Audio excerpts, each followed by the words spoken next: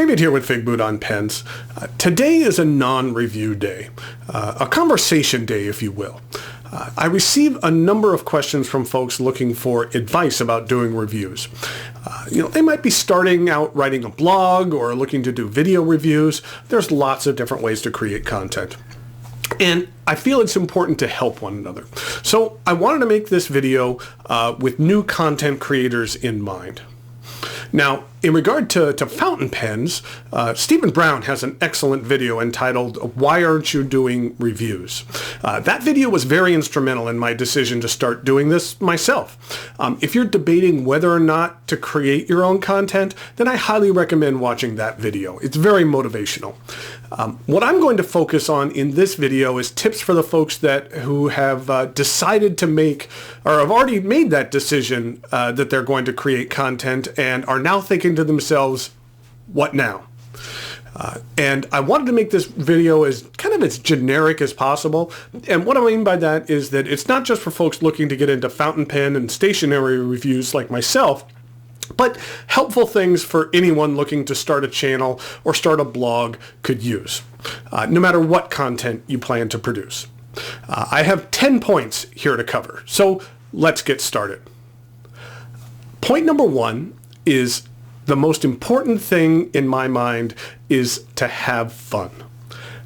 If you're going to commit the time necessary to create quality online content, whether it be a blog or video reviews, you need to enjoy what you're doing. It takes me between 5 to 7 hours to create a review.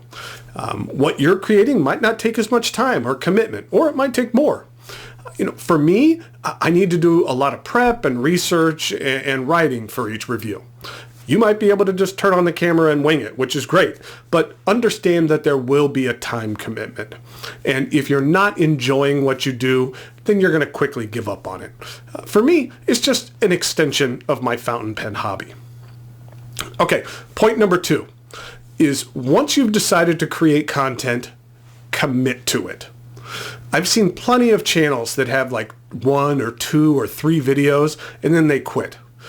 Maybe they get frustrated because no one's watching or they don't like what they produced. Just understand that what you produce at first will probably be terrible. Well, maybe not terrible, but you're learning. As with anything, you'll get better the more and more you do it. I look back and cringe at some of my early reviews. Over time, I've tried to have a self-critical eye and eliminate things I didn't think were working and work on those things to make them better. So, you will get sick of looking at your own face. I know that I do. There's a point in each of my videos where I'm just about done. I've spent that 5 to 7 hours on the review and I just want to get it done and move on to the next thing. But before I hit that button that's going to make the video live, I have to watch through the video one last time just to make sure there's no glaring mistakes or something I can't live with. And yeah, during that last watch through, I'm pretty sick of looking at myself. But that final quality check is important because I've caught things that I wouldn't have wanted to get out the door. So be proud of your work and try to produce the best quality that you can. Third point is try to find your voice. Ask yourself, what can I bring to the table that no one else can? What gaps are out there in regard to other folks out there on YouTube or blogs right now that you feel you can fill? Why would someone choose to watch your video over the many other choices out there? You want to keep those things in mind. For example, I have a friend who feels that the Spanish-speaking community is underrepresented when it comes to fountain pen reviews. So he's going to start a channel that caters to Spanish-speaking viewers. And that's a great idea. So, you see a need, then you take an action to fill that need. Make a niche for yourself. The fourth point is that I would recommend not investing in equipment, at least to start. Work with what you have. The camera that you have on your cell phone is good enough. And you don't need to go out there and get a mic quite yet. Make sure that this is something you like. You don't want to invest thousands of dollars in equipment only to find out that you don't enjoy doing this. But when you do decide to invest a bit into some equipment, don't go too crazy. You can get like a decent quality lava mic for $25, which will significantly improve your audio. And when you want to move up to the next level of audio, I'd recommend picking up something like this Blue Yeti. It's a professional quality mic that'll run you right around $100. Lighting is also very important. You can get a decent set of lights for under $50. When I first started off, I only used natural lighting. It did not look that great. And then I was at the whim of Mother Nature. Some days were sunny and other days were cloudy. All of my videos had different looks. Plus, I limited myself to only being able to record during the day. As much as possible, you want to have a consistent look and feel to your content. To show how much lighting can change the look of your video, here I am looking very sullen with just some natural lighting. And then here I am with some natural light plus some room lights. And then here it is with heavy drapes shut and standard room lights. Then we have lights stands plus room lights. And then finally with the room lights off and just the light stands. And you can see how it makes quite a bit of difference. And just for a very small investment, your videos will look a lot more professional. Point number 5. When you do set up your space where you will be shooting your video, make sure that it's visually appealing and that the background is not distracting. Now, my desk here is not perfect, and it can be a bit busy, but it's nothing too terrible in my opinion. For example, though, my first few videos, I kept my monitors on because I thought having different backgrounds on my computer would kind of be interesting. But after a couple of videos, I found it to be too distracting. So now the monitors are turned off. You can shoot just about anywhere in your home, but just be aware of what's in the background. I've seen some people shoot in their bedrooms, which is fine, but in the background you can see the toilet through the open bathroom door and strewn laundry on the bed and floor. Just be aware that people will notice what's in the background, and you don't want it to take away from the message that you're working to get across. Point number 6, speaking of your message, I would advise you come up with a format. This will help you provide some structure and consistency to your videos and will help move things along. If you're following a basic format that you created, chances will be minimized that you forget to cover an important aspect of what you're reviewing. And then also having a format will help when it comes to writing your review.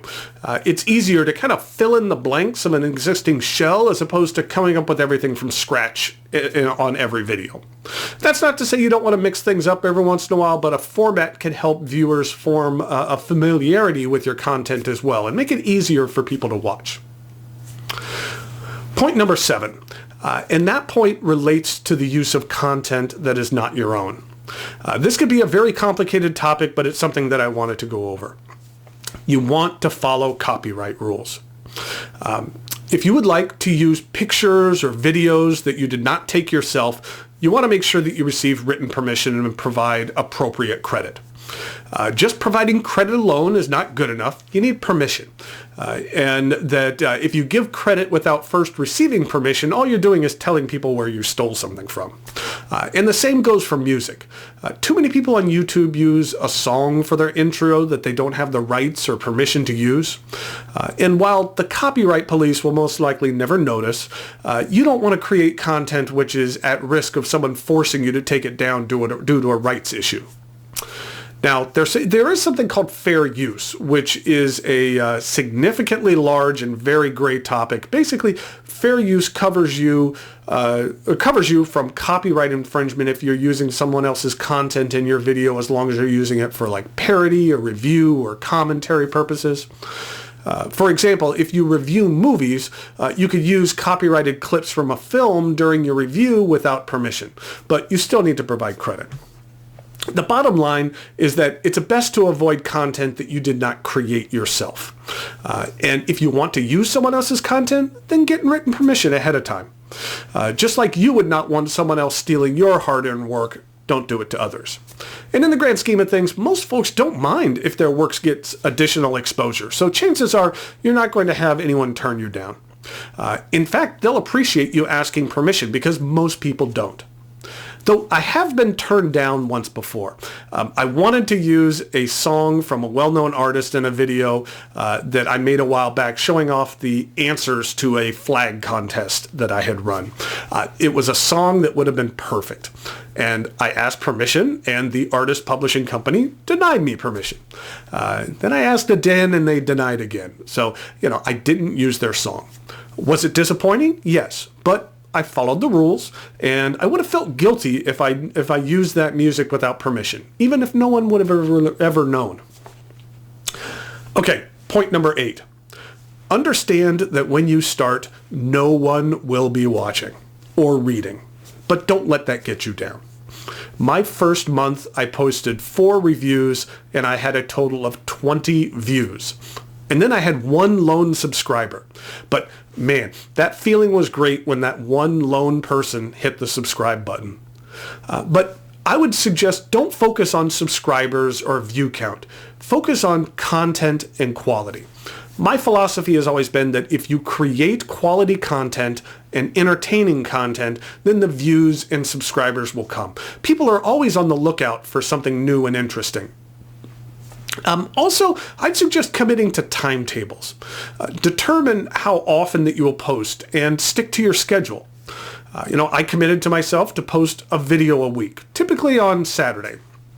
And outside of a rogue weekend or two, I've pretty much kept to that schedule. I write during the week, and I tape first thing Saturday morning, and then edit and post. I kind of need to get better about taping multiple reviews and having a bunch in the can. But for the most part, when you see a video from me, it's pretty much hot off the press, and I had just recorded it a couple hours previously. And I would recommend focusing on quality over quantity. Better to produce 1 quality video a week as opposed to 3 mediocre ones, in my opinion. Okay, point number 9. Be okay with putting yourself out there. Take risks. You want to develop your own voice, like I said, and try different things. I've tried some things that did not work out that well. For example, I enjoy magic and performing magic tricks, and a while back I thought it would be fun to do a trick at the beginning of a review.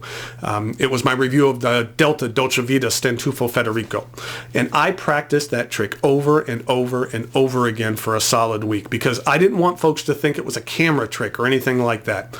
And I was really pleased at the way it turned out, and basically it got no reaction whatsoever. I think at the time maybe only 1 or 2 people commented on it. So, I learned that folks really don't want to see magic tricks in their fountain pen reviews. You learn. But don't let the internet get to you. And what I mean by that is inevitably you will receive negative feedback.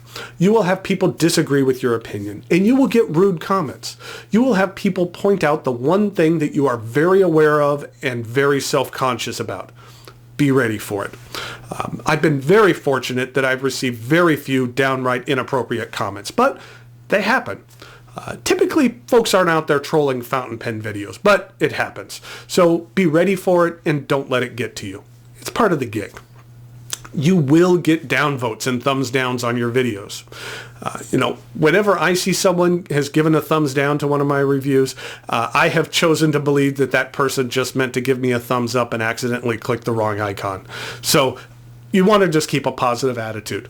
Don't let the haters win. And finally, point number 10, the last point, the most important point, I feel. The thing that I feel strongly you need to do in order to succeed in successfully present your reviews, and that is to ignore everything I've just said. Break all the rules. Because just because I or anyone else suggests you do one thing or another doesn't mean you should. There is only one way to become successful creating your own content, and that one way is unique for everybody. If you create content just like everyone else, then you're going to be just like everyone else. Be you, not someone else. It's the folks that are different than everyone else who are the innovators and those that stand out in the crowd. So don't be afraid to take those risks. For quite some time, I've been wanting to do a video series that is a little out there. It's unlike anything else you've seen on any other fountain pen or stationery review channel. It might be brilliant. It might be very funny. It might be hilarious. It might be something I become known for. it also might be heinously terrible and a colossal failure and a horrible idea that no one will find interesting or funny. But you know what? I'll never know unless I put my all into it and give it my best shot. So what I plan to do here relatively soon is to try something else. Or try something out. Then I'll probably show it to a small number of friends whose opinions I value to see what they have to say. And if something I'm proud of, then you'll see it. But if it doesn't work, then you know what? I'll learn from it. And if it's really terrible, then it actually might be worth showing. It's like that movie, The Room. It's so terrible that it's entertaining. But the more important thing is I will have tried something different and tried to do something, tried to succeed. So those are my suggestions. I've received so much from this community and I wanted to do something to try to give back.